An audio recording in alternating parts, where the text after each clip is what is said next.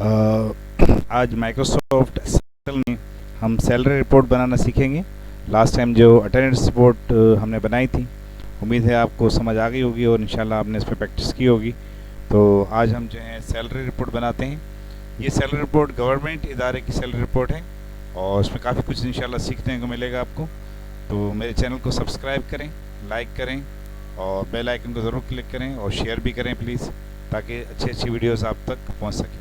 अच्छा, इसकी सबसे पहले मैं डिस्प्ले आपको शो कर दूं कि ये डिस्प्ले देखें इसका। ये थोड़ा जूम बड़ा करके हम देखते हैं। ये देख रहे हैं, ये हेडिंग जो बनी हुई है वो वैसे तो डिस्प्ले में मर्ज लग रही है, लेकिन इसको मर्ज करना नहीं है। अगर आप मर्ज करेंगे तो जो है वो लिख नहीं पाएंगे आप इसमें। ठीक है, तो हम देखें पहले तो हेडिंग का सिलसिला देखते हैं, हेडिंग किस तरह बनती है। तो ये फर्स्ट वाली रो को थोड़ा सा हाइट इसकी बड़ी कर लेते हैं हम। ठीक है, और डिस्प्ले में देखते हैं तकरीबन आई तक जा रहा है, तो हम आई तक सेलेक्ट कर लेते हैं। मिडल हॉरिजॉन्टल, मिडल वर्टिकल और रैप टेक्स्ट कर लेते हैं ताकि हेडिंग बीच में आए, और इसको थिक बॉक्स बॉर्डर लगा देते हैं। तो अब अगर आप फाइल में प्रिंट लेके चेक करेंगे तो आपको ऐसा लगेगा कि मर्ज किया हुआ, लेकिन देखें अब भी मर्ज किया हुआ नहीं है, ताकि इजीली आप इस पर काम कर सकें। सबसे पहले एम्प्लॉय नंबर है, एम्प्लॉय नेम है, एम्प्लॉय नेम। अच्छा, एक दो लफ्ज़ अगर वर्ड नीचे आते हैं तो कॉलम को थोड़ा सा बड़ा करते हैं। डेजिग्नेशन, डेजिग्नेशन है, सैलरी है, हाउस रेंट है। पूरा वर्ड नीचे आ रहा है तो आने दें इसको। हाउस रेंट, कन्वेंस है,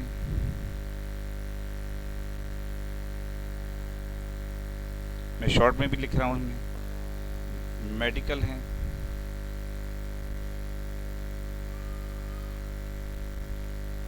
और डिस्प्ले में आप देखते हैं ग्रॉस सैलरी है। ग्रॉस सैलरी इसे कहते हैं, देखते हैं अभी हम। इनकम टैक्स कट जाता है,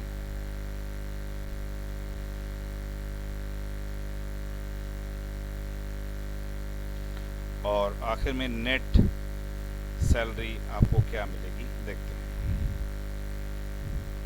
तो एम्प्लॉय नंबर तो फिलहाल 101 से लेकर हम इसको कंट्रोल के साथ जो है ड्रैग कर लेते हैं। नाम, सॉरी, एम्प्लॉय नेम जो है वो हमने कोई भी दे दिया, माजरत, एम्प्लॉय नेम हमने दे दिया। आप चाहें तो इससे पहले एम्प्लॉय नंबर भी दे सकते हैं। फिलहाल हमने कोई भी फर्जी नाम दे दिया। डेजिग्नेशन हमने मैनेजर, ऑपरेटर, ये मैं शॉर्ट पे लिख रहा हूँ। कंप्यूटर ऑपरेटर भी हो सकता है, टेलीफोन ऑपरेटर भी हो सकता है।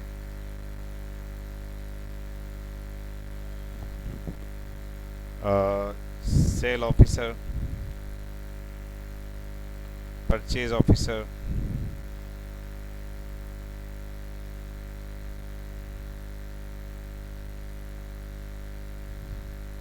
Purchase officer, computer operator.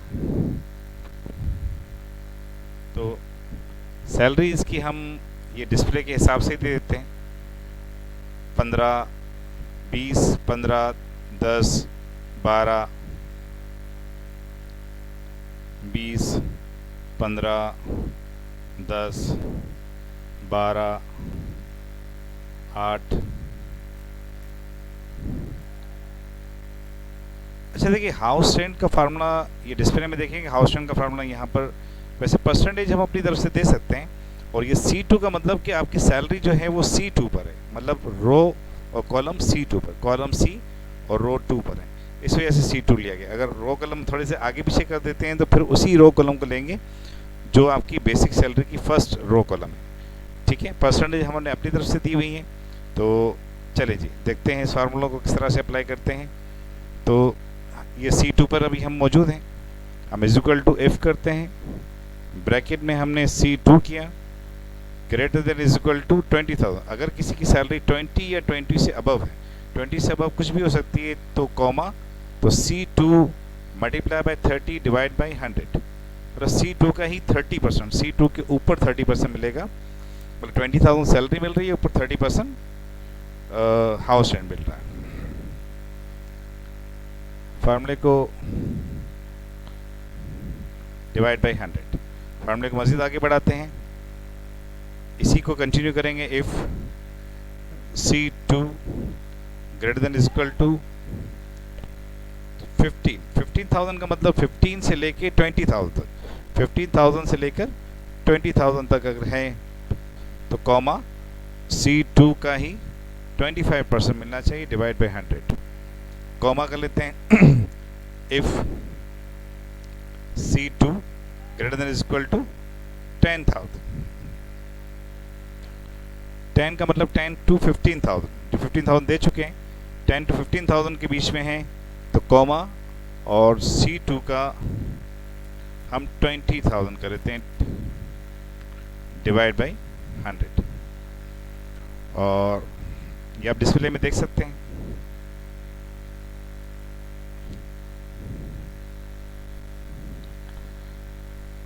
$20,000, फिर हम इफ करते हैं C2 greater than is equal to 10,000, 10 to 15,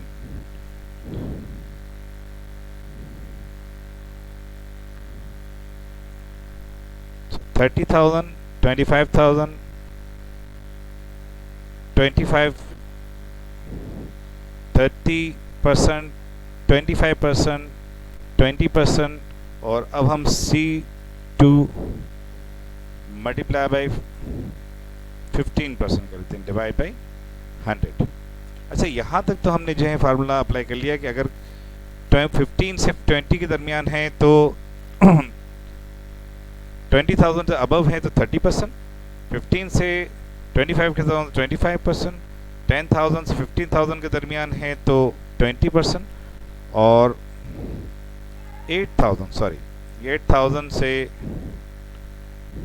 10,000 के दरमियान 15%। अब लास्ट में हम एक एक्स्ट्रा देते हैं कि अगर C2 10% देता है, अब 10% उनको मिलेगा जो 8,000 से बिलो है, 8,000 से नीचे है, तो उनको जो है 10% मिलेगा। और इसमें ब्रैकेट जो है 1 है, 2 है, 3, 4 और 4 ब्रैकेट, तो लास्ट में हम 4 ब्रैकेट से 1, 2, 3, 4 ब्रैकेट से हम क्लोज करेंगे। देखिए 1 का जवाब आ जाएगा। अब अगर हम इसको कॉपी कर लेते हैं तो तकरीबन सबका ही जवाब आ जाएगा। अच्छा, इसमें कुछ मिस्टेक हो गई है, इसमें हम C2 दोबारा भी, अब देखें ये कुछ बेहतर है, तो बीच में भी हम अगर करेक्शन करना चाहें तो क्लिक करके चेंज करके करेक्शन कर सकते हैं। अगर कोई मिस्टेक हो जाती है तो ऊपर फार्मूला बार में हम क्लिक करके चेंज कर सकते हैं। खैर, ये फार्मूला बिल्कुल दुरुस्त है। अच्छा, बार बार फार्मूला देने से बेहतर है कि हम इन फार्मूलों को, एक फार्मूले को कॉपी कर लेते हैं और फिर करेक्शन कर लेते हैं। तो राइट क्लिक करके हम कॉपी करते हैं और कन्वेंस में हम राइट क्लिक करके और पेस्ट कर दें अगर फार्मूले को, तो थोड़ी चेंजेस करनी होगी। बस आप इसको C2 कर लेते हैं और यहाँ पे भी हमने इसको C2 कर लिया और 30 का हमने मिटा के 25% कर दिया। यहाँ पे भी C2 किया हमने, जहाँ जहाँ C2 करना है थोड़े थोड़े हम चेंज करते रहते हैं। इसको 20% कर दिया हमने, इसको भी C2 किया हमने, इसको भी C2 किया और इसको मैंने 15% कर दिया।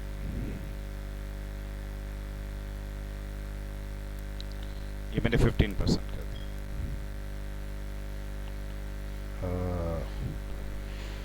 20,000 C2, 15% डिवाइड बाई 100,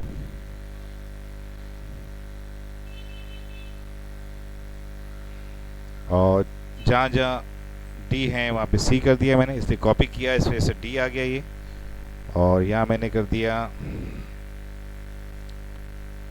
10%, और ये भी परसेंटेज अपनी तरफ से दे रहा हूँ मैं। फ़िलहाल जो बुक में है हो सकता है उसे मैच ना करे। ये मैंने 5% कर दिया। देखिए, अब इसी फार्मूले को दोबारा हम कॉपी कर लेते हैं यहाँ पे। तो सेम वही प्रोसीजर करेंगे जो हमने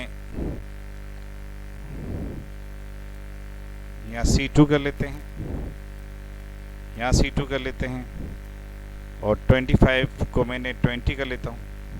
तो थोड़ा कम कर लेते हैं, या अपनी मर्जी से चेंज कर लें इसको।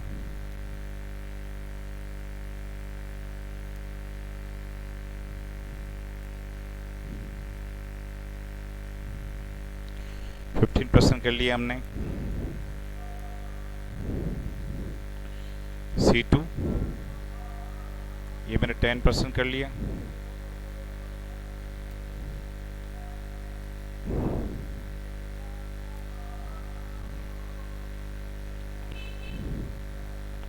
C2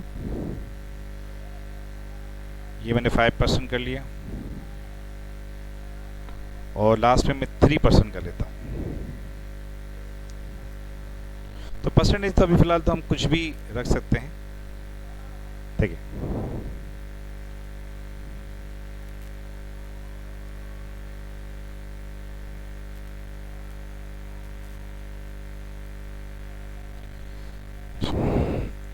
ग्रॉस सैलरी में जो है ये चारों अमाउंट हम एक साथ चाहें तो प्लस कर सकते हैं। आसान तरीका, सबसे आसान तरीका, चारों अमाउंट को हमने एक साथ सेलेक्ट किया ग्रॉस के कॉलम के साथ, और ऑटो सम जब एक बार प्रेस करेंगे तो देखिए सबका आंसर आ जाएगा। इनकम टैक्स जो है वो गवर्नमेंट इस ग्रॉस पे निकालती है। पहले इनकम टैक्स का फार्मूला हमें देना पड़ेगा। इनकम टैक्स का फार्मूला G2 के हिसाब से होगा, लेकिन अभी हम कॉपी कर लेते हैं, या फार्मूला दोबारा जो है अप्लाई कर लेते हैं। इनकम टैक्स का फार्मूला वैसे दिया हुआ है यहाँ पे, इनकम टैक्स का फार्मूला, तो हम फार्मूला अप्लाई कर लेते हैं पूरा। इज इक्वल टू इफ अगर किसी की C2 तनख्वाह किसी की ग्रेटर देन इक्वल टू 20,000 है, तो G2 मतलब ग्रॉस का जो है वो तकरीबन 15% मिलना चाहिए। इफ C2 अगर किसी की सैलरी जो है वो 15,000 से 20,000 के दरमियान है, तो G2 मतलब ग्रॉस का जो है 10% मिलना चाहिए, multiply by 10 divide by 100। If C2 greater than equal to 20, 15 और 10%, 10,000 सॉरी 10,000 है, तो G2 का तकरीबन 5% मिलना चाहिए, वरना G2 का 3% मिलना चाहिए डिवाइड बाय 100। तो ये हमने फार्मूला G2 के हिसाब से, तनख्वाह के हिसाब से और ग्रॉस सैलरी के हिसाब से दे दिया। इसके 3 ब्रैकेट्स हैं, 1, 2 और 3, तो तीनों ब्रैकेट्स हम 1, 2, 3 के हिसाब से क्लोज करते हैं। ये कुछ मिस्टेक आ रही है गालिबन,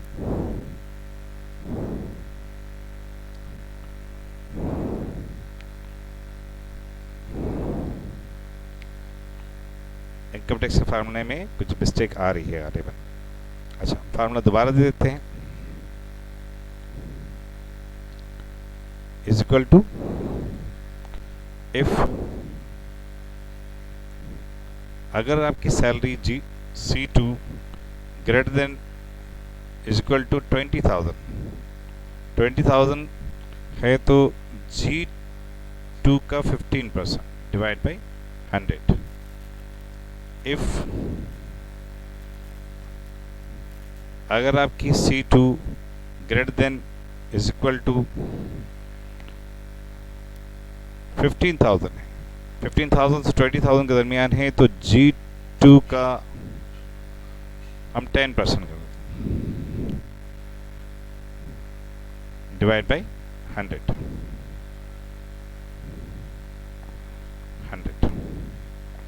if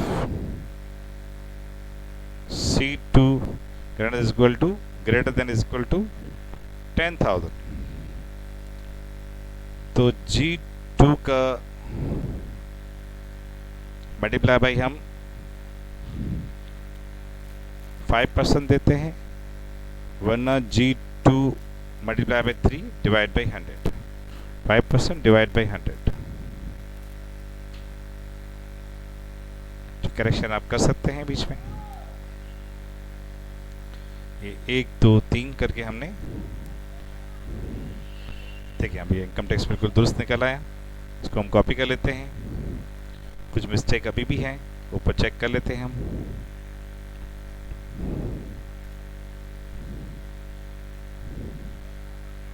ये देखिए यहाँ पे मिस्टेक आ रही है, G2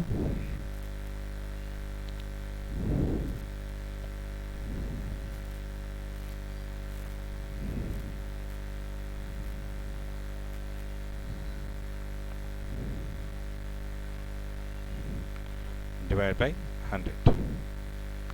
तो करेक्शन हमने कर ली है।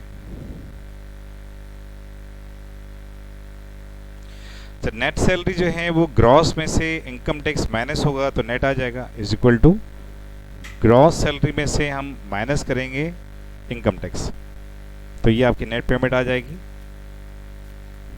तो उम्मीद है ये बेसिक सैलरी की रिपोर्ट आपको समझ आ गई होगी और काफ़ी तफसील से जो है हम इस पर काम किया है हमने। तो इंशाल्लाह जो है आपको समझ आ गई, उसको दोबारा रिपीट कीजिएगा, उसको खुद से भी करके देखिएगा। मेरे चैनल को सब्सक्राइब करें, लाइक करें और शेयर ज़रूर करें और बेल आइकन को भी क्लिक करें। बहुत बहुत शुक्रिया। अल्लाह हाफिज़।